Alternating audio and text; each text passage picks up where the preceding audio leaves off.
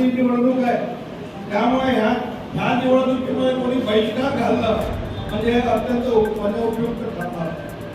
नमस्कार, सत्यकोजानो न्यूजमध्ये आपले स्वागत आहे. आमगाव नगरपरिषद येथील 8 गावातील नागरिक बहिष्कार करणार. निवडणुकीवर अनेक राजकीय पक्ष बहिष्काराच्या विरोधात. सर्व नागरिकांनी मतदानाचा हक बजवावा. प्रशासनाचे आवाहन. हेतू पुरस्पर मतदानापासून वंचित केल्यावर पोलीस कारवाई होणार. गोंदिया जिल्ह्यातील आमगाव नगरपरिषद गेल्या 10 वर्षापासून नगरपरिषदचा प्रश्न प्रलंबित आहे. याबाबत राज्य शासनातर्फे सुप्रीम कोर्टामध्ये याचिका सादर करण्यात आली आहे, परंतु या याचिकेवर गेल्या अनेक वर्षापासून निर्णय लागत नसल्याने आमगाव येथील नागरिकांनी आमगाव नगरपरिषद संघर्ष समिती स्थापन करून लोकसभेच्या निवडणुकीमध्ये बहिष्कार घालण्याचा निर्णय घेतलेला आहे. आणि या बहिष्काराच्या निर्णयावर आमगाव येथील तहसील कार्यालयामध्ये सभा घेण्यात आली होती. आमगाव नगरपरिषदच्या प्रश्न प्रलंबित असल्याने अनेक नागरिकांची कामे होत नसल्याने आणि अनेक योजनांपासून नागरिक वंचित राहत असल्याने येथील 8 गावातील नागरिकांनी लोकसभा निवडणुकीवर बहिष्कार घेण्याचा निर्णय घेतलेला आहे. त्याच अनुषंगाने तहसील कार्यालय येथे सभा घेण्यात आली असून नागरिकांनी बहिष्कार करू नये. सर्वसामान्यांचा हक्क मतदान बजावण्याचा आहे. याबाबत आपण हक्क बजावून लोकशाहीला बळकट करण्याचे आवाहन यावेळी प्रशासनातर्फे करण्यात आले आहे. एका बाजूला नगरपरिषद अंतर्गत येत असलेल्या 8 गावातील नागरिक हे बहिष्कार करण्याच्या बेतात असून मात्र स्थानिक अनेक पक्षाचे नागरिक याला विरोध दर्शवितात असे दिसून येत आहे. कारण हा प्रश्न राज्य शासनाच्या संबंधित असल्याने जेव्हा विधानसभाच्या निवडणूक होतील त्यावेळेस आपण सर्व मिळून बहिष्कार टाकू अशी भूमिका घेतलेली आहे. त्यामुळे आता याबाबत कोणते निर्णय प्रशासन लावतो आणि नागरिक घेतात हे पाहणे आता महत्त्वाचे ठरणार आहे. तर पोलीस प्रशासनाने हेतू पुरस्पर नागरिकांना मतदानापासून वंचित केल्यास योग्य कारवाई करणार असल्याचे निर्देश दिले आहे. आता या 8 गावातील नागरिक काय भूमिका घेतील हे पाहणे मात्र महत्त्वाचे ठरले आहे. आमगाव नगर परिषद संघर्ष समितीतर्फे जे बहिष्काराचं आवाहन येत्या लोकसभा निवडणुकीच्या संदर्भात करण्यात आलं होतं, त्या अनुषंगाने तहसील कार्यालयामध्ये तहसीलदार गोडी साहेब, ठाणेदार आमगाव, BDO साहेब, आम्ही स्वतः हजर होतो आणि गावातील पदाधिकारी, संघर्ष समितीचे पदाधिकारी, राजकीय पक्षाचे प्रतिनिधी, प्रतिष्ठित नागरिक आणि आजी माजी लोकप्रतिनिधी सर्वांची एक अशी संयुक्त बैठक महसूल प्रशासन आणि पोलीस प्रशासनाच्या वतीने संयुक्त बैठक घेण्यात आली. सगळ्यांच्या समस्या ऐकण्यात आल्या. जो काही नगर परिषदेचा विषय आहे हा तात्कालिक सोडवण्यासारखा विषय नाही. माननीय सर्वोच्च न्यायालयामध्ये त्या प्रकरण दाखल आहे, परंतु येत्या लोकसभा निवडणुकीमध्ये बहिष्काराची भूमिका घेऊ नये याबाबत सर्वांशी चर्चा करण्यात आली. आणि आपल्या माध्यमातून सुद्धा आम्ही सगळ्या नागरिकांना आवाहन करतो की माननीय भारत निवडणूक आयोग यांच्याकडून जी लोकसभा निवडणूक आयोजित करण्यात आली आहे त्यामध्ये सगळ्यांनी निर्भयपणे आणि कुणालाही न घाबरता त्यामध्ये सहभागी व्हावं.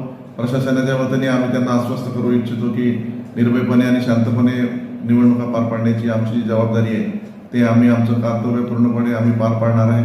सर्वांनी या निवडणुकीमध्ये सक्रिय सहभाग घ्यावा आणि निवडणुकीच्या दिवशी मतदान केंद्रावर जाऊन आपलं मतदान निर्भयपणे करावं असे आमचं सगळ्यांना आवाहन आहे. सर, जर त्यांनी आणि बहिष्कार करायला भाग पाडलं तर त्याच्यावर कायदेशीर कारवाई कोणती करण्यात येईल? निवडणुकीमध्ये मतदान करण्याबाबत प्रत्येक नागरिकाचा स्वेच्छाधिकार आहे, परंतु जर कोणाला मतदानापासून वंचित करत असेल, धमकावून, प्रलोभन देऊन किंवा त्यांना कुठल्या कारणानं मतदान केंद्रापर्यंत जाऊ देणार नसेल तर असे प्रकार जर आमच्या निदर्शनास आले, नागरिकांना आम्ही आवाहन करतो त्यांनी अशा तक्रारी कराव्या आणि स्वतःही आमच्या जर निदर्शनास आलं तर त्या संबंधिताविरुद्ध आम्ही कायद्यात ज्या काही तरतुदी आहेत त्यानुसार कठोर कारवाई निश्चित करणार आहोत. ओके. आज दिनांक 2 रोजी 2 एप्रिल 2024 रोजी संघर्ष समिती आमगाव नगर परिषद यांच्या एक सुमारे 15 दिवसापासून चालू होते काय बहिष्कार टाकायचा बा लोकसभा इलेक्शन 2024 19 तारीख अगोदर.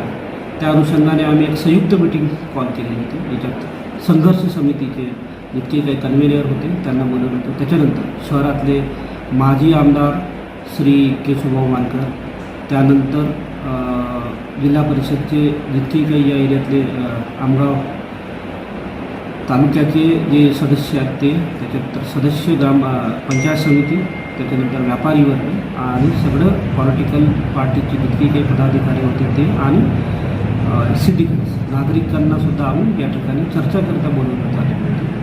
तर चर्चेच्या अनुषंगाने साधक बाधक चर्चा झाली. त्यांचे जे ग्रेवायन्सेस होते त्या रिड्रेस करण्याचा प्रयत्न करण्यात आलेला आहे या ठिकाणी. त्याचे 2 महत्त्वाचे मुद्दे होते नगर परिषदच्या अनुषंगाने, का त्याचे जे कामं आहेत किंवा जे इन्फ्रास्ट्रक्चर आहेत किंवा जे खासकर फॅसिलिटीज जे त्यांना नगर परिषदेकडून भेटायला पाहिजे ते भेटत नाही आपण. आणि त्यांचं एक म्हणणं होतं का जे सुप्रीम कोर्टामध्ये याचिका आहे स्पेशल लीव ॲप्लिकेशन त्याच्या संदर्भात काहीतरी लवकरात लवकर निर्णय व्हावा, त्याच्यासाठी प्रशासनाने योग्य तो पुरेपूर त्याला फॉलोअप घ्यायला पाहिजे असं त्यांचं म्हणणं होतं. कारण ह्या अनुषंगाने आम्ही सगळ्या बाबतीत सविस्तर चर्चा झाली. सगळ्या स्टेक होल्डर्सने या ठिकाणी भाग घेतलेला आहे आणि एक साधक बाधक चर्चा झाली आणि त्याच्यानंतर आम्ही त्यांना अपीलसुद्धा केलेलं आहे का तुम्ही वोटिंग 19 तारखेला मोठ्या प्रमाणात करा आणि 70%च्या वर 70-80% आसपास आपण वोटिंग करू असं आम्ही त्यांना अपील केलेलं आहे. संघर्ष समितीने ठाम भूमिका मांडली की निवडणुकीवर बहिष्कार ठेवायचा, तर त्यांना त्याबद्दल तुम्ही कोणती कारवाई करा? संघर्ष समितीला आम्ही या संदर्भात सांगितलेलं जे काही निवडणुकीची आचारसंहिता आहे त्याच्यानंतर निवडणुकीचे जे कंडक्शन्स रूल्स आहेत आणि त्याच्यानंतर क्रिटिकल आणि वल्नरेबल आणि निष्पक्ष मतदान आपल्याला करायचं आणि मोठ्या प्रमाणात करायचं. वोटर्सवर कोणताही परिणाम होऊ द्यायचा नाही या संदर्भात आम्ही त्यांची योग्य ती माहिती त्यांना दिली जाते. त्याच्यामुळे आम्ही अपेक्षा करतो का संघर्ष समिती या पातळीपर्यंत जाणार नाही आणि संघर्ष समितीचे लोकसुद्धा खूप लर्नेड आहेत, ते या बाबी जाणतात. त्याच्यामुळे आम्ही त्यांच्याकडून सहकार्याची अपेक्षा करतो. मला परिस्थिती आधी जाणून घेतली पाहिजे की महाराष्ट्रामध्ये फक्त आमगाव नगर परिषदेची निवडणूक थांबली आहे का? महाराष्ट्रामध्ये मुंबई महानगरपालिका जेवढ्या महानगरपालिका आहेत नगरपालिका आहेत त्यांच्या निवडणुकीवर सुप्रीम कोर्टाचा आणि हायकोर्टाचा स्टे आहे. जोपर्यंत ओबीसीचा निकाल लागत नाही तोपर्यंत कुठलीही निवडणूक ही होऊ शकत नाही हे सांगतो. त्याला कोणी हे करू शकतो का? खरं म्हणजे आमगाव नगर परिषद आहे, आपण प्रशासक तहसीलदार, आपण नवीन जरी आले असता तरी अनेक प्रशासक इथं बदलले आणि बदललेल्या प्रशासकांनी काय केलं निवडणुकीच्या संबंधात? त्यांना असं वाटतं की आपणच प्रशासक राहिले पाहिजे, जनतेच्या हातात कशाला द्यायचं हा माझा मुख्य प्रश्न आहे. मी काय म्हणतो की संघर्ष समिती नाही जात कोर्टात नगर परिषद मध्ये म्हणून आपण काय इंटरव्ह्यू होऊन त्याचा निकाल लवकर लावत नाही. एक तर तुमच्याजवळ सीओ फक्त 2 दिवस राहतो, त्याच्याजवळ 3-4 आहेत, परमनंट सीओ सुद्धा नाही नगर परिषदेमध्ये. हे जे प्रश्न जे निर्माण झाले त्याच्यामुळे निर्माण झाले. आणि तुम्ही टॅक्स घ्याल तर आमच्या छातीवर बसतात. आता मी बाजार समितीतून 14.5 लाख रुपये टॅक्स दिला आहे तुम्हाला आणि तुम्ही आमच्या बाजार समितीला काय सुविधा दिली? लाईट, पाणी, नाल्या, रस्ते काय दिलं? त्याला सर्व गावाला लागून असलेलं क्षेत्र आहे आणि मध्ये असलं नगर परिषद काही करत नाही, फक्त टॅक्स आणि वसुली. जी वसुली आहे ती अत्यंत जाचक आहे, मी त्या संबंधात बोलत नाही. कारण केंद्रामध्ये आणि राज्यामध्ये आपलं सरकार आणि सरकार आमचं असलं आणि खरं म्हणजे ही जी लोकसभेची निवडणूक आहे ही देशाची निवडणूक आहे, आंतरराष्ट्रीय क्षेत्रावर भारताचं वर्चस्व काढण्याची निवडणूक आहे. त्यामुळे ह्या निवडणुकीमुळे कोणी बहिष्कार घालणं म्हणजे अत्यंत अनुपयुक्त ठरणार.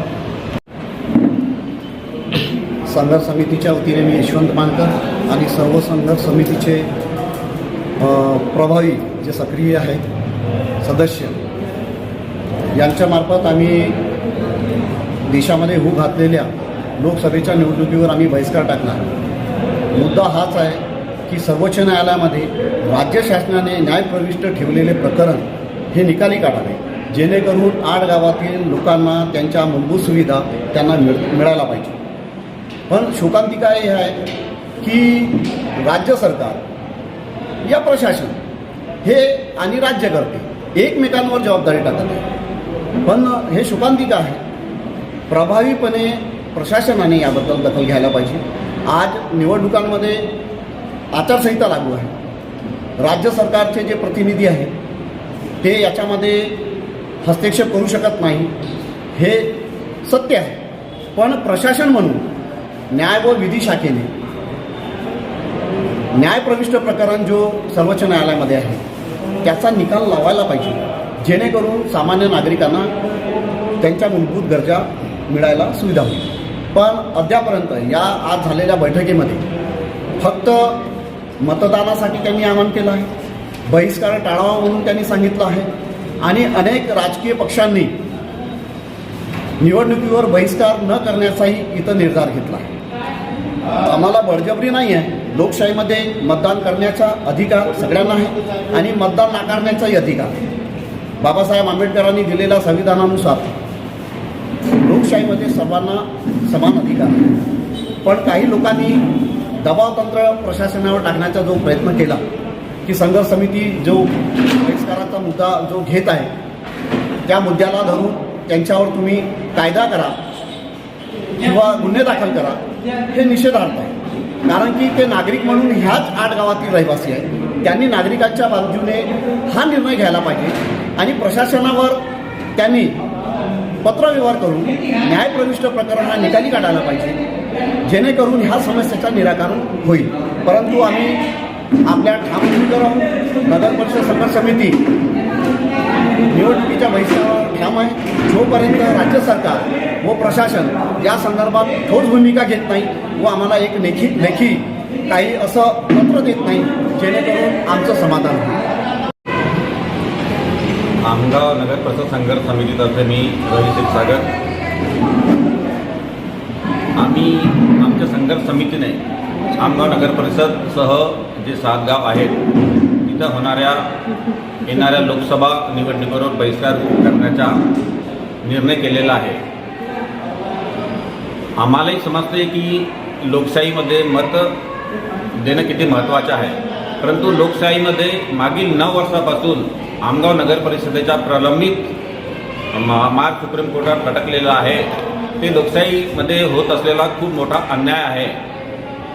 35,000 नागरिक या 8 गावामध्ये राहतात.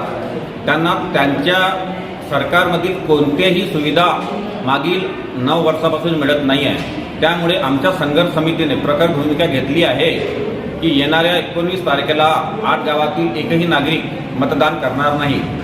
आम्ही सरकारकडून आम्हाला एवढीच अपेक्षा आहे की गावातील सर्व लोकांनी मतदान कराव्यास भाग पाडायचा असेल तर आम्हाला ॲटलिस्ट 16 तारखेपर्यंत एक लेखी स्वरूपात काही आश्वासन द्यावं की या नगर परिषदेची जे प्रलंबित केस आहे ती लवकरात लवकर निर्णयात काढावी, तेव्हाच आम्ही ही आमची भूमिका थांबवू. त्याचा सुधारण्यामध्ये टाकून त्याचा प्रयत्न करते. आता राहिला प्रश्न असा की मतदानाचा जो आपला बेसिक विषय होता ज्याच्यासाठी आपली बैठक झाली. तुम्ही काही फार वेळ येत नाही, आपला बऱ्याच वेळची आपण चर्चा करतो आणि सारखे तेच मुद्दे आहेत. तर लोकल इश्यूज साहेब हँडल करतील. काहीला फक्त मतदानाच्या बद्दलच मी बोलतो. लोकशाहीमध्ये मतदानाचा बहिष्काराचे जे तुम्ही शस्त्र वापरलं आहे तुमच्या मागण्या मान्य करण्यासाठी, प्रशासनाला लक्षात आणून देण्यासाठी किंवा एक दबाव गट तयार करण्यासाठी, ते लोकशाहीच्या दृष्टीने आता ते ठीक आहे की चूक आहे असं म्हणणार नाही, पण तुमचं एक शास्त्र आहे तुम्ही निदर्शनास आणण्यासाठी वापरलं तिथपर्यंत ठीक आहे.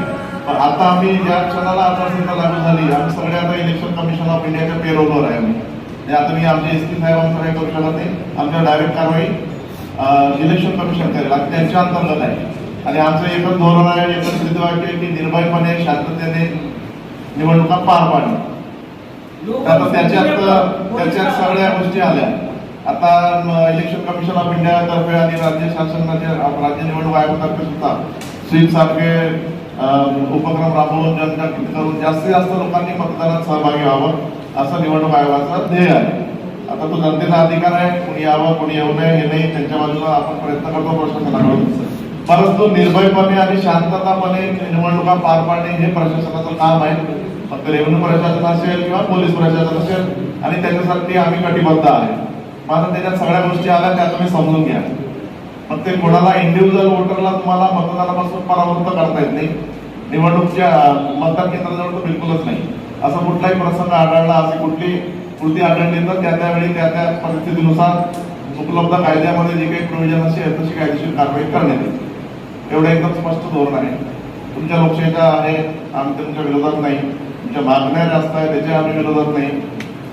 फक्त निर्भयपणे आणि शांततेने निवडणुका पार पाडण्याची जबाबदारी इलेक्शन कमिशन ऑफ इंडियाचे प्रतिनिधी म्हणून जबाबदारी आमच्यावर आहे ती आम्ही निर्भयपणे पार पाडू आणि आपल्या ह्या कामी आपला सहकार्य असावं एवढीच आमची रास्ता अपेक्षा आपल्याकडून आहे. काही सन्माननीय नागरिकांनी म्हटले का बहिष्कार करण्याचा दुसरा रस्ता करा.